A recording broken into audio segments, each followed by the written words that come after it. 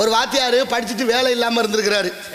வீட்டுக்கார அம்மாவுக்கு கோவம் வந்துருச்சு. என்னையா நீ வாத்தியாருக்கு படித்தேன், வேலைக்கு போகாமல் வீட்டில் இருந்துக்கிட்டு வேற வேலையாவது பார்த்துருக்கலாம், இப்படி சோத்துக்கு புண்ணியம் இல்லாமல் இப்படி தண்டமாக உட்காந்துருக்கேன்னு திட்ட. அவருக்கு ரொம்ப வருத்தம் வந்துருச்சு. மனைவி திட்டினா கேட்காது மனசு. ஆமாம் சரி விடு, நான் ஏதாவது வேற வேலை பார்க்குறேன்னு கிளம்பி போயிருக்கிறாரு. போகிற வழியில் ஒரு மாடு கட்டி கிடந்திருக்கு. மாட்டுக்கு பக்கத்தில் ஒரு விளம்பர பதாகை. அந்த பதாகையில் என்ன எழுதியிருக்குன்னா, மாட்டை சிரிக்க வைக்கணும், அழுக வைக்கணும், அத்துக்கிட்டு ஓட வைக்கணும். அதை செய்து விட்டால் 1 லட்சம் ரூபா பரிசு. வாத்தியார் எப்படியாவது இந்த போட்டியில் கலந்துக்கிட்டு 1 லட்சம் ரூபாய் ஜெயிச்சிருவோம்னு நினைச்சு போய் பக்கத்தில் மாடு பக்கத்தில் உட்காந்து ஏதோ சொல்லியிருக்காரு. மாடு சிரிச்சிருச்சு. அப்புறம் என்ன சொன்னார் தெரியல, மாடு கண்ணீர் விட்டு அழுதுருக்கு. அப்புறம் எப்படியோ ஏதோ சொல்லி மாடு அத்துக்கிட்டு ஓடிடுச்சு. பரிசை வாங்கிட்டு வீட்டுக்கு போனாரு. அந்த அம்மா கேட்குறா, எப்படியா 1 லட்சம் ரூபா வந்துச்சுன்னு. கேட்கணும்ல, 1 ரூபாய்க்கு புண்ணியம் இல்லாமல் இருந்தவன் திடீர்னு 1 லட்சம் ரூபாயோட வந்தா. அப்படித்தான் திருறாங்க, ஒன்றும் இல்லாமல் திருறாங்க. ஓட்டு போட்டு ஜெயிச்சோன்னா கோடீஸ்வரன் ஆகிடுறாங்க. ஏன்னு நம்ம கேட்டோமா, நாடே கடல்ல இருக்கு, நாட்டை ஆண்டவன் பூரா கோடீஸ்வரனா இருக்கேன், ஜனாதிபதி மாதிரி நினைக்கிறேன். எப்படி பாருங்க. ஆனாலும் அதை பத்தி நம்ம கவலைப்படுறதே இல்லை, நமக்கு தேவையில்லை. பெரிய இடத்து பொருளா போறோம் உடைக்கும். ஆனாலும் பாருங்க, அவ கேட்டா எப்படியா 1 லட்சம் ரூபா வந்துச்சுன்னு. அவர் சொன்னார், ஒன்றும் இல்லம்மா, நான் ஒரு மாடு கட்டி கிடந்துச்சு, அந்த மாட்டுக்கு ஒரு போட்டி அறிவிச்சிருந்தாங்க. மாட்டை சிரிக்க வைக்கணும், அழுக வைக்கணும், அத்துக்கிட்டு ஓட வைக்கணும். அப்படி பண்ணிட்டா 1 லட்சம் ரூபா பரிசுன்னு சொல்லியிருந்தாங்க. அதுல கலந்துக்கிட்டேன், அதனால 1 லட்சம் ரூபா கிடைச்சு. அப்படியா, மாடு சிரிக்கிற அளவுக்கு நீ என்னையா சொன்ன அப்படின்னு கேட்டா அந்த அம்மா. அவர் சொன்னார், ஒன்றும் இல்லம்மா, மெதுவா பக்கத்துல போய் உட்காந்து மாட்டை பார்த்து கேட்டேன், என்னை தெரியுதா, நான் தான் வாத்தியாருன்னு. நம்பாம அது நக்கலா சிரிக்குது, நீ எல்லாம் வாத்தியாரான்னு சிரிக்குது. சரி, அப்புறம் அழுகிற அளவுக்கு நீ என்னையா சொன்ன. நான் என்ன சொல்ல முடியாது, நீ என்னை படுத்தின பாட்டையும் நான் பட்ட கஷ்டத்தையும் சொன்னேன். அது கஷ்டத்தை விட என் கஷ்டம் பெருசா தெரிஞ்சிருக்கா, அது கண்ணீர் விட்டு அழுதுருச்சு. அப்புறம் அத்துக்கிட்டு ஓடுற அளவுக்கு என்ன சொன்னேன். மெல்ல கேட்டேன், ஒரு வாத்தியார் வேலை இருக்கு வர்றியான்னு கேட்டேன். போதும்டா சாமின்னு அதோட அத்துக்கிட்டு ஓடி போச்சு. எப்படி ஆயிட்டம் பத்தியெல்லாம் நம்ம நிலைமை. பள்ளிக்கூடம் நம்மெல்லாம் படிக்கும்போது ஒரு பாடத்தில் கதை இருந்துச்சு தெரியுமா, பாட்டி வடை சுட்ட கதை. சிரிக்கிறதோட கொஞ்சம் சிந்திச்சு பாருங்க. பாட்டி வடை சுட்ட கதை இருந்துச்சு. ஒரு கிழவி, நம்ம 1வது 2வதுல படித்தோம். ஒரு கிழவி வடை சுடுவா. ஒரு காக்கா ஓடியாந்து கிழவிக்கு தெரியாமல் வடையை தூக்கிட்டு மரத்துக்கு ஓடி போயிடும். மரத்தில் போய் வடையை வச்சுக்கிட்டு காக்கா உட்கார்ந்துருக்கிற போது அங்கே ஒரு நரி வரும். நரி வந்து காக்காயை பார்த்து சொல்லும், நீ ரொம்ப அழகாக இருக்கிற, உன் குரல் ரொம்ப இனிமையாக இருக்கான், எல்லாரும் பேசிக்கிறா, நானும் கேட்குறேன் ஒரு பாட்டு பாடுன்னு. காக்கா அதை நம்பி வாயை புழக்கா, வடை கீழே விழுக, நரி தூக்கிட்டு ஓடி போயிடும். இதைத்தானே சொல்லி கொடுத்தாங்க நமக்கு, இதைத்தானே படித்தோம். இந்த கதையிலேருந்து நம்ம கற்றுக்கிட்ட கருத்து என்ன, பாட்டியை ஏமாத்த காக்கையை சொல்லி கொடுத்து, காக்கையை ஏமாத்த நரிக்கு சொல்லி கொடுத்து, இந்த ஏமாத்துற கதையை படிச்சுக்கிட்டு ஒரு வய கூட உருப்படியா இல்லை, பூரா ஏமாத்திக்கிட்டே திடுறேன். மனுஷன் சாப்பிட்றான்டா தம்பி பயலே, மாறுவதப்போ தீர்வதப்போ நம்ம கவலைன்னு எங்க போய் சொல்றது. என் அறிவில் சிறந்த பெரியோர்களே, தமிழ் பற்றாளர்களே, சிந்தித்து பாருங்கள். இதே கதையை சைனாவில் வச்சிருக்கேன். சீனான்னு சொல்றோம்ல, சீனா நாடு, கம்யூனிஸ்ட் நாடு. அங்க பாடப்புத்தகத்தில் 1வது 2வதுல வச்சிருக்கேன் இதே கதையை. அங்கேயும் ஒரு பாட்டி வடை சுடுறா, அங்கேயும் ஒரு காக்கா வருது. இங்கே மாதிரி திருட சொல்லி வைக்கல அவன் பாடப்புத்தகத்தில். கதை எப்படி வச்சிருக்கான் பாருங்க. பாட்டி வடை சுடுறா, காக்கா போய் பாட்டிக்கிட்ட பேசுது, பாட்டி வடை இருந்தா தர்றியா, பசிக்குதுன்னு கேட்குது. அப்படின்னா என்ன அர்த்தம், பசிச்சா கேட்கலாம்னு சொல்லி கொடுக்குறேன். இப்போ பாட்டி சொல்றான், ஓம் பசி புரியுது, நான் என்ன செய்ய, மழை பெஞ்சிருச்சு, விறகெல்லாம் ஈரமா போச்சு, அடுப்பு பற்ற வைக்க முடியல, வடை சுட முடியலன்னா கிளவி. உடனே காக்கா சொல்லுது, கவலைப்படாத பாட்டி, நான் தங்கி இருக்கிற கூட்டில் ஈரம் இல்லாத குச்சி விறகு இருக்கு, நான் கொண்டாந்துறேன்னு விறகு கொண்டாந்து கொடுக்குது. உழைக்க சொல்லி கொடுக்குறேன். உழைப்புக்கு அடுத்து ஊதியம் வேணும்ல. பாட்டிக்கிட்ட சத்தமா கேட்குது காக்கா, பாட்டி விறகு கொடுத்துட்டேன், சீக்கிரம் அடுப்பு பற்ற வச்சு வடையை சுட்டு கொடு. அவளும் மெல்ல மெல்ல சுட்டு ஒரு வடையை கொடுத்தா. வாங்கிட்டு போய் மரத்து மேல உட்காந்துச்சு. சோதனைக்குனால அங்கே ஒரு நரி வருது. ஆனா அந்த காக்கா ஏமாறல. ஏன் தெரியுமா, அது இந்தியா காக்கா, குறிப்பா தமிழ்நாட்டு காக்கான்னா வாய பிளந்திருக்கும். அது சைனா காக்கா. வடைய காலுக்குள்ள வச்சுக்கிட்டு கா கா கா என்று கத்தியது. மொத்த காகம் ஒன்று கூடி நரியை அடித்து துரத்தியதாக பாட முடிவடைகிறது. யோசிச்சு பாருங்க, அது பாடமா இது பாடமானு, எது மாணவர்களுக்கு சரி, எது சரியா இருக்கும். அப்ப என்ன சொல்லி கொடுத்துருக்கான், வெள்ளைக்காரன் நம்ம விட்டு ஆண்டுட்டு போய் 300 வருஷம் ஆக போகுது. 79 ஆண்டு சுதந்திரம் கொண்டாடிட்டோம். ஆனா அவன் நம்மளை விட்டுட்டு போயிட்டான். அவன் வகுத்த கல்வி தான் நம்மளை ஆளுது. தெரியுமா உங்களுக்கு? யார் வகுத்த கல்வி? மெக்காலே கல்வி திட்டம். எத்தனை பேருக்கு தெரியுங்க? ஆசிரியர்கள் யாரா இருந்தா சொல்லுங்க. மெக்காலே கல்வி திட்டம். மெக்காலே என்ற ஒரு ஆங்கிலேயன் வகுத்த கல்விதான் இன்னைக்கு வரைக்கும் நம்ம மாணவர்களை பழியிட்டு கொண்டிருக்கிறோம். மனித மூளையை மதிப்பெண் வச்சு எடுக்கிறாங்களே, தனித்திறன் ஆற்றலே இல்லாமல் போய்விட்டது. என்ன சொல்வது? ஆனாலும் அதை சொல்வதற்கு பல 100 வடிவங்களிலே விதங்கள் இருக்கிறது. ஆனால் எப்படி இருக்கிறது பாடம்? அப்படியா இருக்கு. தமிழ்நாடு, நாமெல்லாம் தமிழர்கள், யாமறிந்த மொழிகளிலே தமிழ் மொழி போல் இனிதாவது எங்கும் காணோம் என்றார் எட்டயபுரத்து முண்டாசி கவிஞன் மீசை கவிஞன் பாரதி. யாதும் ஊரே யாவருங்கேளிர் தீதும் நன்று பிறர்தர வாராய் என்றார் கணியன் பூங்குன்றனார். எந்த ஊரு? சிவகங்கை மாவட்டம் திருப்பத்தூர் அருகில் உள்ள மகிபாலன் பட்டி. அந்த சின்ன கிராமத்தில் பிறந்த புறநானூற்று புலவன் பாடிய வாசகன் தான் யாதும் ஊரே யாவருங்கேளிர் தீதும் நன்றும் பிறர்தர வாரா. எங்க இருக்கு? ஐக்கிய நாடுகள் ஒன்றியமான ஐநா சபையில் இருக்கு. ஐநா மதிக்குது தமிழ.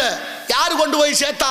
இத்தனை சுதந்திரம் கொண்டாடி இருக்கிறோமே, எத்தனையோ சனாதிபதிகள் இருக்கிறார்கள் இருப்பார்கள். நமது பக்கத்து மாவட்டமான ராமநாதபுரம் மாவட்ட ராமேஸ்வரத்தில் பிறந்த ஐயா அப்துல் கலாம் ஐயா அவர்களுக்கு தான் தமிழ் மீது பற்றும் பாசமும் இருந்தது. எந்த ஜனாதிபதியும் தமிழை பத்தி சிந்திக்கல. அவர் தான் முழங்கினார் ஐநா சபையில் யாதும் ஊரே யாவரும் கேளீர் என்ற வாசகத்தை. வெள்ளைக்காரன் மிரண்டு போன. அமெரிக்கா நயாகரா நீர் அருவி உள்ள நுழைகிற போதை வச்சிருக்கேன் நல்வரவுன்னு தமிழ்ல. இங்கேருந்து போன தமிழர் கேட்கிறாரு, நீங்க வல்லாதிக்க நாடுகளில் ஒன்றான அமெரிக்கா, ஓ நாட்டில் எதுக்கியா தமிழ்ல வச்ச, உங்க மொழியே வேறுதானேன்னு கேட்க அவர் சொல்றாரு வெள்ளக்காரரு, உலகத்திலே உயர்ந்த நதி நயாகரா, உலகத்திலே உயர்ந்த நதி நயாகரா, உலகத்துக்கே மூத்த மொழி தமிழ், உலகத்துக்கே மூத்த மொழி தமிழும் உலகத்திலே உயர்ந்த நதி நயாகராவும் ஒன்றிருந்தால் சிறப்பு என்று எங்களுக்கு தோணுச்சு. அதான்டா தமிழ்ல பேர் வச்சோம்னா அதான் சொல்றேன். நம்ம வச்சிருக்கோமா தமிழ்ல பேரு? தமிழ்ல பேர் வச்சிருக்கோமா? யாசிகா, அபர்ணா, பிரித்திகா, தர்சினி, மகிஷா, சர்மா, குருமா, வர்மான்னு பேர் வச்சுட்டோம். யாசிகானா என்ன அர்த்தம்? யாசகம்னா பிச்சை, யாசிகானா பிச்சைக்காரின்னு அர்த்தம். தர்சினினா அமாவாசை இருட்டுன்னு அர்த்தம். மகிஷான்னா எரும மாடுன்னு அர்த்தம். அபர்ணான்னா அம்மனமானவள், நிர்வாணமானவள், ஆடையற்றவர்னு அர்த்தம். தமிழ்ல எவ்வளவு பேர் இருக்கு. நீ அதெல்லாம் விடுங்க. வடநாட்டு சுதந்திர போராட்ட வீரர்களுடைய பெயர்களை நம்ம பிள்ளைகளுக்கு வச்சிருக்கோம். காந்தி, நேரு, பகத்சிங், சுபாஷ் சந்திரபோஸ், சிவாஜின்னு பேர் தமிழ்நாட்டில் இருக்கு. உங்களுக்கு வேண்டி விரும்பி கேட்கிறேன், எவனாவது வடநாட்டுக்காரன் நம்ம நாட்டில் உள்ள சுதந்திர போராட்ட வீரர்கள் எங்க ஐயா முத்துராமலிங்க தேவர் பேர் இருக்கா? மருது பாண்டியர் பேர் இருக்கா? வீரமங்கை வேலுநாச்சியார் பேர் வச்சிருக்கானா? காமராசர், கக்கன், வஉசி, கொடிகாத்த குமரன், எத்தனையோ தலைவர்கள் இந்த நாட்டு சுதந்திரத்துக்கு பாடுபட்டார்கள். ஏன் அந்த பேரெல்லாம் அவங்க வைக்கல? அவங்க பேர் ஊரா நீங்க வச்சிக்க. நாளைக்கு ஆய்வு பண்ணுவேன், எழுதுவேன். தமிழ்நாட்டில் தமிழர்களே இல்லை, நாடு மட்டும்தான் தமிழ்நாடுன்னு பேர் இருந்திருக்கு. வாழ்ந்தவன் பூரா வடநாட்டுக்காரன் எழுதிடுவானே. வரலாறு மாறுமே. நியாயமா? ஏன் சிந்திக்கவில்லை? ஏன் இந்த சிந்தனை நமக்கு உதிக்கவில்லை? எண்ணி பார்க்க வேண்டாமா? 1.5 கோடி பேர் வட இந்தியர்கள் வந்து விட்டா நமது வாழ்க்கையை அவன் தீர்மானம் பண்றேன். என்ன நியாயம் இதெல்லாம்? இதுவா பண்பாடு? நம்மோட பிள்ளை விட்டு எப்படி வாழு? எல்லாருக்கும் மரணம் உண்டு தானே, யார் எப்போ சாவோம்னு தெரியாது. ஆனால் நமக்கு பின்னே வரக்கூடிய சந்ததிகள் எதிர்கால திட்டத்தோடு வாழ வைக்கணுமா வேண்டாமா என்பதை ஊர்சிதப்படுத்துங்கள். எங்கே இருக்கு நீங்கள் பள்ளிக்கூடத்தில் தமிழ் இருக்கா? படிக்கிற போது சாப்பாடு சாப்பிட்றதுக்கு முன்னால் ஒரு திருக்குறள் சொன்னோம். பகுத்துண்டு பல்லுயிர் ஓம்புதல் நூலோர் தொகுத்தவற்றுள் எல்லாம் தலை. இருக்கா இன்னைக்கு? இல்லை. ஏன் இல்லைன்னு நீங்கள் கேட்டீங்களா? ஏன் எடுத்தோம்னு அவங்களாவது சொன்னாங்களே? யாரும் சொல்லலை, யாரும் கேட்கல. அடுத்தபடியா ஆத்திச்சூட்டின்னு அந்த கிழவி பாடம் வச்சா, அரஞ்சிய விரும்பு 60 சினம் இயல்வது கரவேல் ஈவது விளக்கல் உடையது விளம்பேல் ஊக்கமது கைவிடல். இருக்கா இன்னைக்கு? இல்லை. ஏன்னு நீங்களும் கேட்கல. அடுத்து காலமேகம்னு ஒரு புலவர், அவர் பாடிய இரட்டுரை மொழி பாடல், ஆசுகவி, வித்தாரகவி, சிலடகவி என பாடக்கூடிய வல்லவரான ஆடி குடத்தரை ஆடும் போதே இறையும் மூடி திறக்கின் முகங்காட்டும் ஓடும் மண்டை பற்றி பரபரனும் பாரிற் பின்னாக்கும் உண்டா உற்றிடும் பாம்பு எல்லனவே ஓதுன்னு படிச்சமே. இன்னைக்கு இருக்கா? திருவாரூரை தலைநகராக கொண்டு ஆண்ட மன்னன் மனுநீதி சோழன் தன் மகனை தேர்காலில் இட்டு கொன்றான் என்ற வரலாறு படித்த பாட புத்தகத்தில் இருக்கா இன்னைக்கு? இல்லையே. ஏன் இல்லை? ஏன் எடுத்தாங்க? ஏன் எடுக்க விட்டு வேடிக்கை பார்த்தீங்க? நீங்கெல்லாம் தமிழன் வரலாறு பூரா மறைக்கப்பட்டு கொண்டிருக்கு. வந்தவன் போனவருக்கெல்லாம் அந்த நாட்டில் வரலாறு இருக்கு. என்ன கொடுமை இதெல்லாம்? நியாயமா? பூர்வகுடியான தமிழர்கள் ஏன் இப்படி ஆனோம்? காரணம் 5க்கும் 10க்கும் கோட்டுக்கும் கோழி பிரியாணிக்கு அடமானம் போனதனுடைய விளைவு இழந்து கொண்டிருக்கிறீர்களே. நியாயமா? இன்றைய தலைமுறை 5 லட்சம் இளைஞர்களுக்கு தமிழ் எழுத படிக்க தெரியவில்லையாம். தமிழர்களே, எவ்வளவு பெரிய அவமானகரமானது. இந்த நாட்டில், தமிழ்நாட்டில் தமிழர்களுக்கு 5 லட்சம் இளைஞர்களுக்கு தமிழ் எழுத படிக்க தெரியவில்லை என்பது வேதனை. வெட்கப்பட வேண்டும் தமிழர்களாகிய நாம். ஆனாலும் பேசுறான் சில பேர், நாங்க தான் தமிழ்நாட்டில் தமிழே வளர்த்தோம்னு. வெட்கமா இல்லை? நினைச்சு பாருங்க. எங்க இருக்கு தமிழ்? எதுல இருக்கு தமிழ்? சங்க வைத்து தமிழ் வளர்த்த மதுரை. சிங்கப்பூர்ல 17 தமிழ் சங்கம் இருக்கு. ஜெர்மனில ஒரு பொண்ணு தமிழ் ஆராய்ச்சி மையம் 100 கோடி ரூபாய்க்கு தொடங்கி இருக்கிறா. ஜெர்மானிய காரி. தமிழ்நாட்டில் தமிழ் இருக்கா? நாங்க தான் தமிழ் வளர்த்தோம்னு பேசுறாங்களே, அவங்க என்ன பதில் சொல்றது? நியாயமா? சொல்லுங்க. பொண்ணு கொடுத்தவங்க பொண்ணு எடுத்தவங்க செஞ்சா அப்படி கூப்பிடுறான், வாங்க சம்மந்தி. அவரை ஆமா சம்மந்தின்னு சோறு போறாரு. சம்மந்தினா என்ன அர்த்தம் தெரியுமா? சம்முனா நல்ல, மந்தினா குரங்கு, வாங்க நல்ல குரங்குங்கிறான். அவரை ஆமா குரங்குன்னு சோறு போறாரு.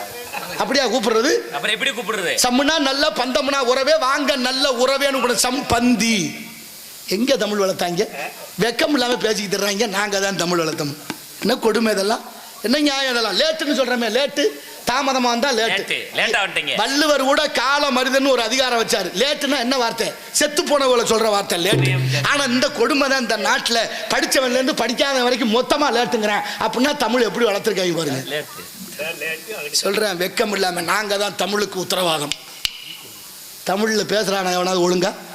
அழகு மொழி, என்னை நன்றாக இறைவன் படைத்தனன் தன்னை நன்றாக தமிழ் செய்யுமாறு நெஞ்சை அல்ல சிலப்பதிகாரம் அணி ஆரம் படைத்த தமிழ்நாடு வள்ளுவன் தன்னை உலகினுக்கு தந்து வாழ்வுகள் கொண்ட தமிழ்நாடு நெஞ்சை அல்ல சிலப்பதிகாரம் அணி ஆரம் படைத்த தமிழ்நாடு எங்கள் வாழ்வும் எங்கள் வளமும் மங்காத தமிழ் என்று சங்கே முழங்கு இறைவனுக்கு பிடித்த மொழி வடவேங்கடம் தென்குமரி ஆயிடை தமிழ் கூறு நல்லுலகம் எவ்வளவு மகத்துவம் வாய்ந்த மொழி இறைவன் பாடுகிறானே சேக்கிலார் பெருமான் ரொம்ப அற்புதமா பெரிய புராணத்திலே சுந்தரான் அச்சனை பாட்டே ஆகும் சொற்றமிழ் பாடுக என்றார் தூமரை பாயும் பாடும் வாயார் இறைவனுக்கு பிடித்த மொழி சொல்லிட்டான் இடையில வந்தவன் கடவுளுக்கு தமிழ் நீச பாசைன்ட்டா யோசிச்சப்ப எவ்வளவு பெரிய கொடுமை அவனையெல்லாம் தூக்கி வச்சு கொண்டாடிக்கிட்டு நமக்கு என்னதுக்கு பெரிய எடுத்து போடலாம் அரமணை கோழி முட்டை அம்மிக்கல்ல உடைக்கும் அதனாலே எடுப்பு என்று சொன்னால் அதற்கு எதிர்ப்பு தேவை ஏற்ற பாவை செய்கிறார்களா கலாச்சேவை என்று பற்றத்து கவனிப்போம் நாராயண நமக ஆலோலம் சோ என்று அற்புதமாக பாடிக்கொண்டிருக்கின்றாள் வள்ளி இந்த இடத்திலே முருகனுக்காக வாழ்ந்து கொண்டிருக்க இந்த பெண்மகளுடைய களத்தை பார்க்கின்ற பொழுது 12 ஆண்டு கால தவம் தெய்வ யானையை விட வள்ளிக்கு தவம் அதிகம் அந்த தவம் தான் மற்றவர்களை உயர்த்தும் என்ற எண்ணம் உடையது பிறர் கண்ணில் படும் துன்பம் கண்டு யாரெல்லாம் இறங்குகிறார்களோ அவர்கள் தான் மிகுந்த அறிவாளி என்பதை ஊசிதப்படுத்தும் போல ஆலோலம் சோ என்று பண்பாடி கொண்டிருக்கின்றாள் என்பதை பார்த்தால் பணம் பந்தியிலே குணங்குப்பையிலே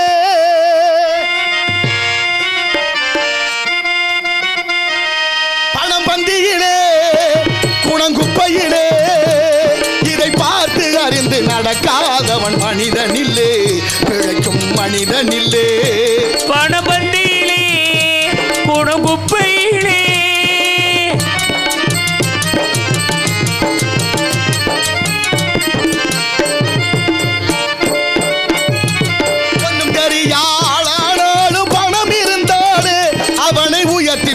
மனிதர் கூட்டம் நாளும் தப்பாதே ஒன்னும் தெரியாதானாலும் பணம் இருந்தாலே அவனை உயர்த்தி பேச மனிதர் கூட்டம் நாளும் தப்பாதே என்ன அறிவு இருந்திட்டாலும் பணம் இல்லாத ஆளை என்ன அறிவு இருந்திட்டாலும் பணம் இல்லாத ஆளை உலகம் எந்த நாளும் மனிதனாக மதிக்க மாட்டாதே பணபந்தியிலே குணங்குப்பையிலே இதை பார்த்து அறிந்து நடக்காதவன் மனிதனில்லே விளைக்கும் மனிதனில்லே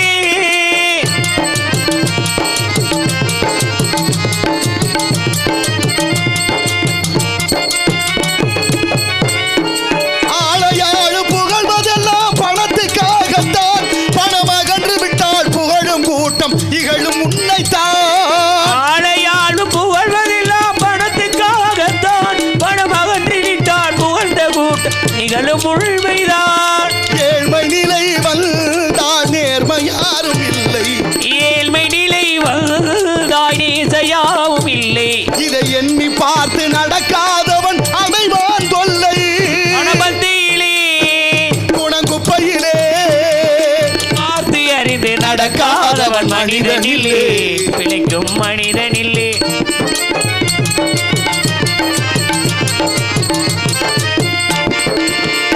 உயர்ந்த நிலையடைந்தோர் நிறைய பேர்கள் உண்டு அவர்கள் உனது நிலை தாழ்ந்த பின்பும் ஒதுங்குவார்கள் கண்டு உனது நிலை தாழ்ந்த பின்பு ஒதுங்குவார்கள் கண்டே மன்னாய் அவரை மதித்து நீயும் துணிவு மேற்கொண்டு மன்னார் அவரை மதித்துமே துணிவுமே கொண்டு முயன்று நீயும் பாடுபட்டால் வெற்றியும் உண்டு பணபந்தியிலே குணங்குப்பையிலே இதை பார்த்து அறிந்து நடக்காதவன் மனிதனில்லே பிழைக்கும் மனிதனில்லே பணபந்தியிலே